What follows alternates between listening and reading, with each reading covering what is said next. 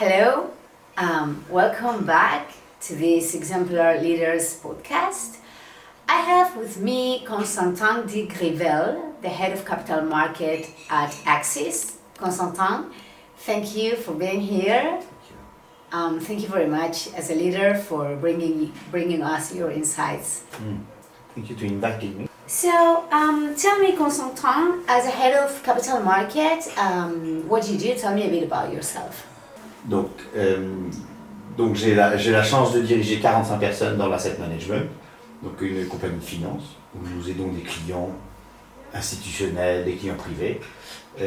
Mais mon job premier est vraiment de m'occuper des employés et d'un point de vue de leader, moi je peux les aider vraiment à fulfill their dream ou atteindre leurs objectifs et voir comment on peut progresser comme une compagnie.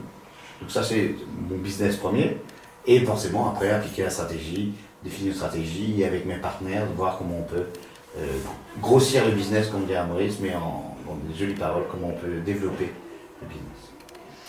What would you say that is your style as a leader? Mon style de leadership c'est très collégial, c'est important pour moi, je pense que c'est compliqué de pouvoir développer une compagnie d'un point de vue transversal. Je pense que c'est important d'être collégial, et puis surtout c'est comme ça que je fonctionne. Donc c'est beaucoup de concertation, beaucoup de discussions, beaucoup d'écoute, ça c'est important. Ça nous rend un peu plus lents sur la décision, mais ça permet aussi d'avoir beaucoup plus de buy-in. Donc une fois qu'on est tombé d'accord, on peut avancer. Donc ça c'est important. You get what I say? Mm-hmm. Oh. Ouais. Je comprends le français parce que je suis de Barcelone. Alors, okay. Si nous parlons en créole, je ne comprends pas parce que c'est très rapide pour moi. D'accord. Mais ton accent, j'ai compris tout parce que c'est très joli. Comme joli. Ça, comme la France. Alors j'ai compris mieux. Ok, donc je vais continuer alors sur mon leadership. Donc collégial et vraiment l'idée c'est de pouvoir aider les employés à progresser. Donc ce que je fais principalement c'est que je vais plutôt leur donner des tâches qui sont un peu au-dessus de ce qu'ils arrivent à faire, leur donner pas mal d'autonomie, essayer de les aider le plus possible et voir comment ils peuvent évoluer. Mais pour pas qu'ils restent dans un box, je pense que c'est un vrai problème. Si vous restez dans un box, vous êtes très frustré. Il vaut mieux que ce soit trop grand et appelé à l'aide que trop petit et explosé. Et puis j'aime beaucoup quand les gens appellent à l'aide, ça permet de... Pourquoi j'aime quand les gens appellent à l'aide? C'est très compliqué à Maurice d'appeler à l'aide. Et si vous arrivez à faire en sorte que la culture d'entreprise fait que quand les gens arrivent à une situation d'échec ou une situation de questionnement et qu'ils vous demandent de l'aide, ça vous aide beaucoup plus rapidement à progresser que de faire croire qu'on fait tout bien. Et voilà. Donc ça c'est... Voilà, je vais m'arrêter là. Okay, thank you very, very much. That's very true. Yeah, I really like that. So I'm thinking, Constantin, what things that you weren't taught at the business school are helping you to excel as a leader? Okay. Nothing was taught at business school, and I did an engineering school and a business school, so I'm good with school.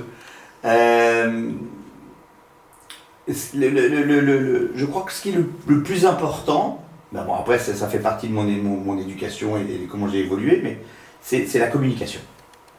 Je crois que sans communication, ça marche peu. On apprend un petit peu la communication en business school, mais c'est pour faire des projets ensemble. Et puis on est à un âge où tout le monde veut montrer qu'il est plus intelligent que l'autre, donc c'est pas vraiment de la concertation, c'est chacun pousse et c'est pas vraiment ensemble. Et c'est ce togetherness, je trouve, qui est important. Ça revient un peu avec mon style de leadership. Donc ça, c'est quelque chose qu'on n'apprend pas, c'est quelque chose qu'on voit sur le tas et on voit les effets bien plus tard. Et ça, je pense qu'il faudrait développer des choses comme ça. Ça, c'est clair. Deuxième chose, créer une ambiance où les gens peuvent prospérer, où les gens peuvent se révéler, apprendre à parler ensemble, apprendre à communiquer, on vient dessus, Mais dans des choses simples, on est dans un monde où les gens regardent leur téléphone du matin au soir, s'envoient des emails alors qu'ils sont là en face des autres. Même quand vous communiquez avec vos enfants, c'est à travers l'ordinateur ou WhatsApp ou je sais pas quoi. Et le problème, c'est qu'ils ont tendance à le refaire aussi au travail. Et ça marche pas. Vous envoyez un email à votre collègue, il vaut mieux aller lui parler. Et la chose vraiment qu'on m'a pas appris en business school et qu'il faudrait apprendre, qui est pas très compliqué, c'est if you have an issue, go and see someone. And go and see the people you have an issue with, or go and see the people you want to work with. C'est beaucoup plus simple, c'est beaucoup plus rapide. Et ça vous évite de vous embêter parce qu'il n'a pas répondu à votre email, parce que vous pensiez qu'il fallait faire comme ça, et voilà. Sachant que, autre chose qu'on ne vous apprend pas, et ça en vrai, c'est les cours de la communication écrite prête à confusion. If I send you an email, you won't perhaps get what I want to tell you. And if you answer, and we will start to miscommunication for that. Okay, that's a very good thing which you just said. So tell us more about that. What is it that the written communication can give place to some miscommunication, some confusion, as you said? Why? La communication est principalement non verbale. Donc I can speak to you that my body is expressing something else and you will look at me and say, fuck, he's lying to me, and you will not even listen to me. So you need to be true with what you say, and you need to be true with your body and with your respiration. Et le problème, c'est que quand vous envoyez un email, vous n'existez plus physiquement. Donc c'est juste votre email et vos mots, que vous avez fait attention à vos mots, vous avez bien mis vos mots, mais la personne en face ne peut pas comprendre vraiment ce que vous avez demandé parce qu'elle ne vous voit pas. C'est un peu mieux au téléphone, mais c'est toujours pareil, au téléphone on ne se voit pas. On a eu beaucoup de chance finalement avec le Covid, c'est que maintenant avec Teams on peut se voir. C'est pour ça qu'autre chose qu'il faudra apprendre à tout le monde, c'est que when you do a Teams communication, put the camera on. Voilà. Et ça je pense qu'avec Teams c'est encore les meilleures discussions qu'on a. Après, il faudrait qu'on pousse un peu plus les caméras et qu'on voit the full body pour voir le body language. Mais voilà. Donc ça, je pense que c'est vraiment important. C'est pour ça que cette communication non verbale est importante. Okay, I totally agree with you. That's very important. Communication is not only what you say, right? So those skills that you were telling us about, did you do something to develop those skills? Did you do any kind of training? What sort of things have you been doing, since business school didn't teach you those, to develop your skills to develop as a leader? So I approached New Beginnings because I had a specific issue, which is quite a common issue in Mauritius, was how come no one is answering to my email, or how come no one is accountable, how come no one doesn't give a flying fuck about the company, sorry about the word, and as I'm too nice or too weak or whatever, I'm doing their job and they're happy about it and I don't fire them. So I think that I need to change people. So can you please come and tell them to change? And New Beginnings come to me and say, I think the problem is you. I think that if there's a human problem, there's a management problem, and you're the manager. So I went to see New Beginnings about that, and I said, okay, let's start. And let's start with me, and let's start with the team, and then what I call team 1 and team 2. I have partners of team 1, and there's manager there, team 2. So we started with the partners, I started for myself and with the partners, and first off, we tried to understand how we react, generally, and New Beginnings is really good with that. They go through the Enneagram test, and basically there's 9 types of people réagissant avec leur ego. There's 9 types of people who can adapt to their ego structure. So 9 types of ego, let's put it that way. And we're all unique, but we all react differently to ego, but we have one drive who can be common to other one, and at least we can understand why we act like that. We won't all react the same way. So that was first step. I think important is understand the people you're working with, understand what put him at stress and what put him in a healthy place. That's important. Second step, create a circle of trust, being able to speak the truth among partners, among colleagues, not judging, but being able to have the real discussion. And that's a main issue in our environment. It's complicated to speak about our failure. It's complicated to say, oh, sorry, my bad, my fault. I'm a loser on it. No one will say that. Oh, by the way, that was him. I told him not, but he did it. So that's the first step. So arriving there, understanding the other people, creating a cycle of stress, being able to give feedback, being able to tell the people you're working with the problem, or you feel it. Say, okay, that's my feeling. It's how I taste it, and I just want you to understand that. And the guy will say, okay, well, me too, I'm happy. And if there's a secret of trust, we can grow together compared to that, and we can assume our failures. If we don't assume our failures, we will never thrive in any company. So that is the main stuff. And after that, we got a new beginnings, but it's a long journey. I won't have it all, but it's knowing to know yourself, learning to know yourself. I think it's important learning to know how you react, or you behave for a certain environment.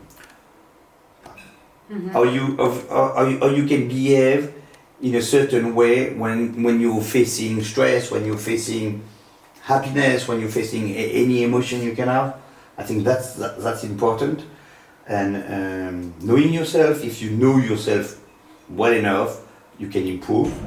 So basically going out of your comfort zone, going out of your fear zone, and try to attain a learning zone, a place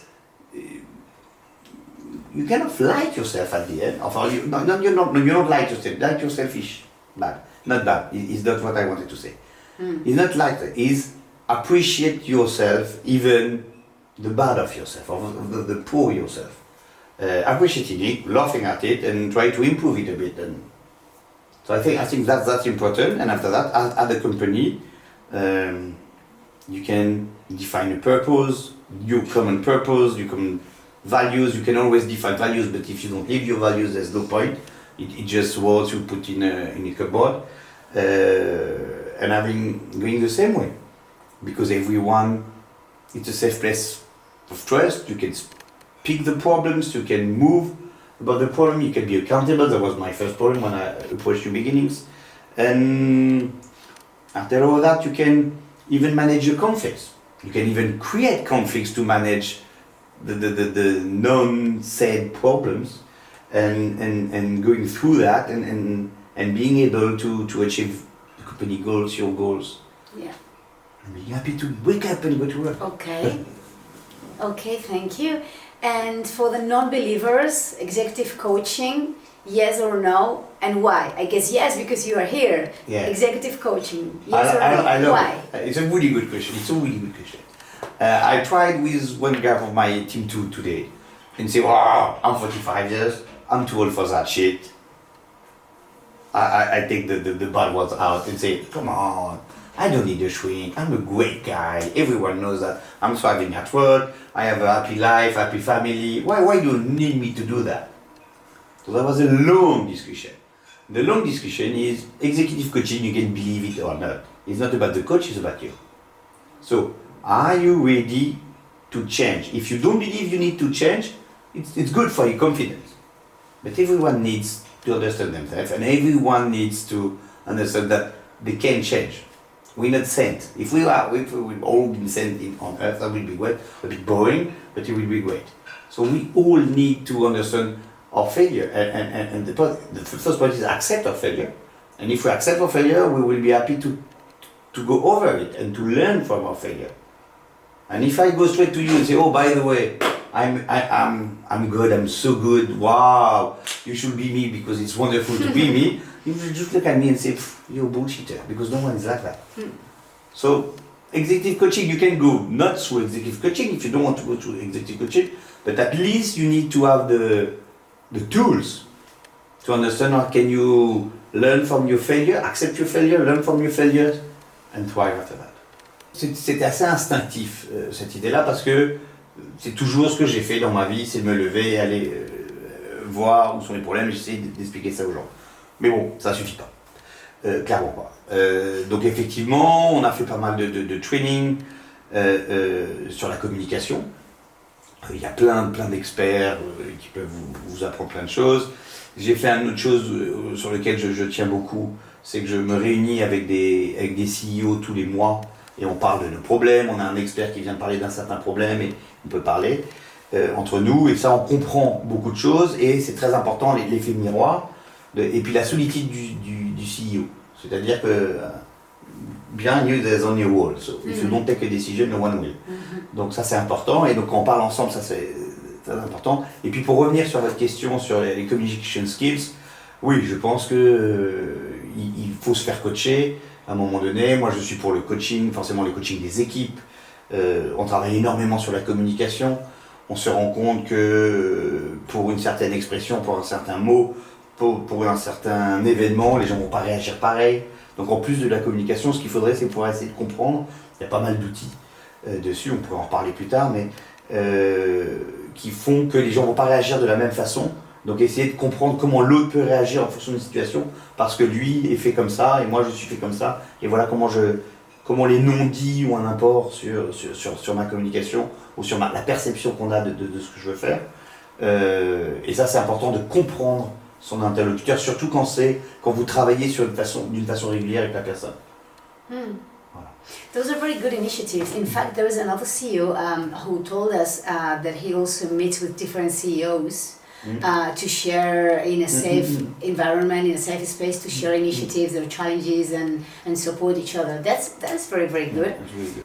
So, Constantin, could you name one challenge that you have as a leader and how you solve it? Challenge, a lot of challenges. You want me to pick one? Give me one challenge and tell me how you I know. solve it. My biggest challenge is I want to be nice. I don't want to be nice. Sorry. My biggest challenge is I want people to be happy around me. It's really important. For a long time, I thought it was because I wanted to be loved. Perhaps not. I don't know. But I want people to be happy. So the big challenge is how can you tell the truth to someone who's not doing great? So I tried for the first time to say, oh, let me do his job. So I will tell him, oh, look at that, the job is done, you're so good, I will give you a bonus, even if I did it. But no way, because you will be happy. Okay, so that was the first challenge. And all the challenge was, I think, when you're the CEO, you want to be loved, because you see so many bad CEOs say, okay, I will be a wonderful CEO because they will love me. And my challenge was, no one wants to work for a CEO because you love him. They want to work for a CEO because he's a leader.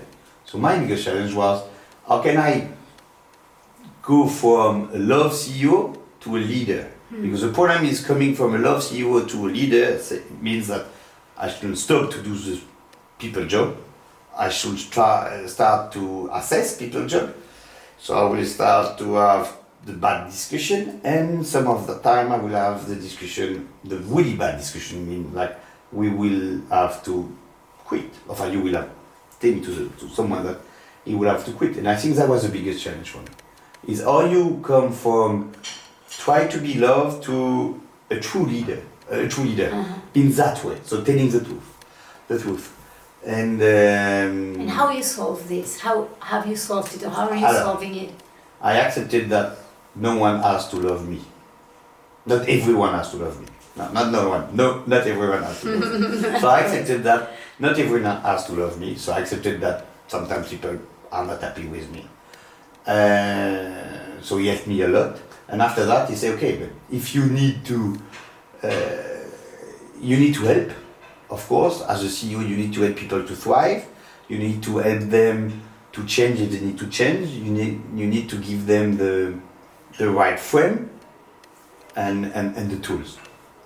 And if it's not working and there's still some failure, or I solve it, I sit with the employee and I try to find a solution outside the organization.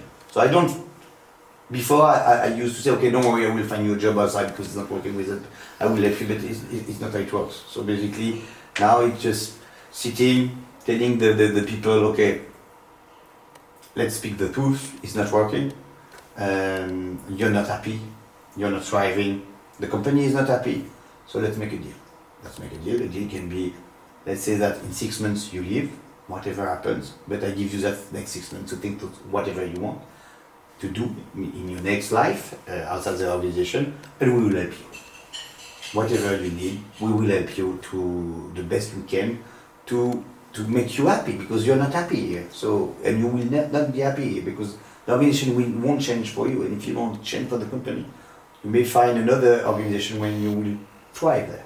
So you try to make an honest arrangement with them. An honest arrangement. And not the legal way is never working, not the tricky way, it's not me, it's not you, it's me, we can't work together, but no way, but unfortunately I can't leave, so I think the best for you is to leave. No, that's not fair. You need to do the fair arrangement. And once you do the fair arrangement, it's better for you as a leader, it's better for the company, even the company culture, it's better for the employees. They see you treat people fair, but they see as well that you won't keep people who are not performing.